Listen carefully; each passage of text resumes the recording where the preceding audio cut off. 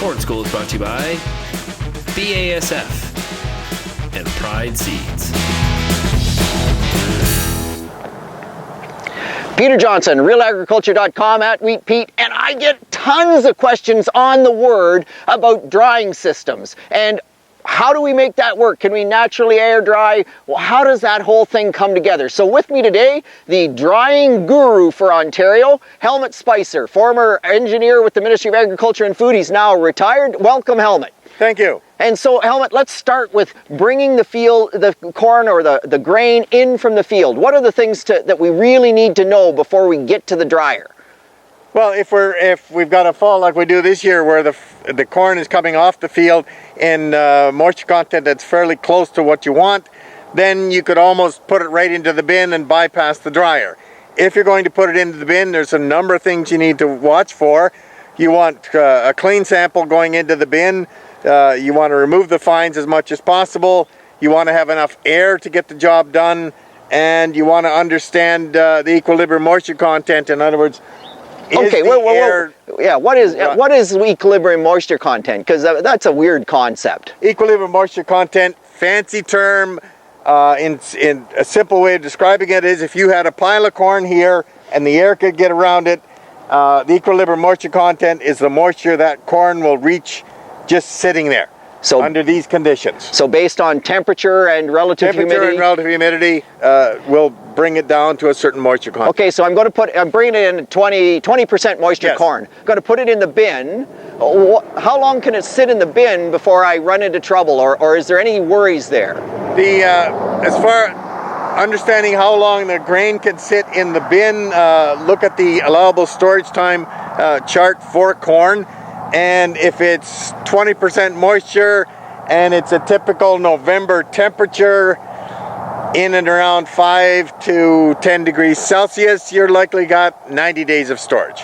Cool. So okay. You don't need to panic. All right, so the next thing we need to think about is if we're going to naturally dry the corn, there's some things that are really, really critical. So first off, Helmut, I think is airflow. We're standing here by the fan for this particular bin. What about airflow? What do we need? Yeah, so for natural air drying, it's a simple recipe. For drying corn, you need 2 cubic feet of air per minute per bushel. You need corn that's 24% moisture or less. You want the bin level full so that it dries evenly, because if you heap it up in the middle, it'll take almost twice as long, so that's bad. And you need to understand equilibrium moisture content. In other words, when should the fan be on so that we're making drying progress? Okay, so equilibrium moisture content, how do I determine that? What is that? How do I turn it on? When do I make those decisions? Each crop has a unique equilibrium moisture content chart. So if you're drying corn, you need to look at the equilibrium moisture content chart for corn, and it will depend on temperature and moisture or relative humidity of the air. You need to accurately measure the grain moisture content. You need to accurately measure relative humidity of the air, and you can use handheld units such as I have here. You could use BinCast, which is a service that's available that you can log on your computer for your location, tell you the relative humidity at your location for today and a number of days ahead of the thing. You could use a humidistat to control the fan. In other words, set the humidity at which point the fan comes on. When the relative humidity goes too high, it shuts the fan off, so you're not adding moisture back into the grain.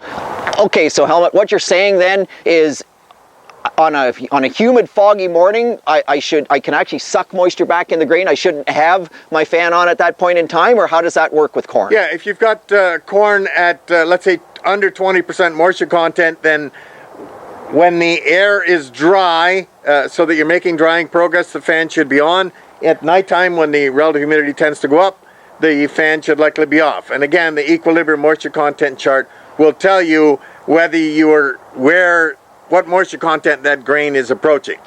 So if you're at 20 and in the evening the equilibrium moisture content says the grain will go down to 19, then you're making progress. So in that case, the fan could be on. But it really depends on where you're at with your grain in the bin. So I'm going to put it in at 24%. Do I turn the fan off or do I leave the fan on? At 24%, if that's your starting point, the fan is on for the first 3 weeks, no decision to make. afterwards, or after the first drying front comes through, then you run the fan on dry days. Don't run it on damp days. Yeah, cool. So one last quick question, just in terms of this whole thing, because we've only talked about corn. What about if I put soybeans in the bin at 17% or wheat in the bin? Do they take more or less air? Are the principles all the same? Does the grain type change that answer? Soybeans behave similarly to corn from an airflow standpoint. In other words, if you can move air through corn at a certain cubic feet per minute level, it'll be pretty much the same for soybeans. If you put wheat in, it's a different beast. It's smaller seed, smaller pore spaces, more resistance to airflow. It's going to take either a bigger fan, or you only be able to dry a partial bin compared to a full bin of corn, let's say. Okay, so if I have my 2 cubic feet per minute for corn, in wheat, I'd only go, what, a third of the depth I would of corn, half the depth? A third to a half. A third to a half. Again, use a static pressure gauge to see that your fan is still working and doing something, knowing how many CFM you're putting in, and depending on where you're drying, you might want to be 1 CFM to maybe 1.5 CFM for wheat. Chances are you can't afford to do 2 CFM per wheat. It's just prohibitive from a fan size and from an operating standpoint. Okay, so for natural drying, we really have to pay attention to which grain we put in the bin, our airflow, make sure the grain's level. That's kind of that, because that makes a huge difference, which I wouldn't have thought about. And then also this equilibrium moisture content, really critical. And that information is actually not just all that available. There is great charts in the agronomy guide here in Ontario for both corn, soybeans, and wheat, for all those grains. For you poor suckers in Western Canada and canola, you'll have to figure that out for yourself.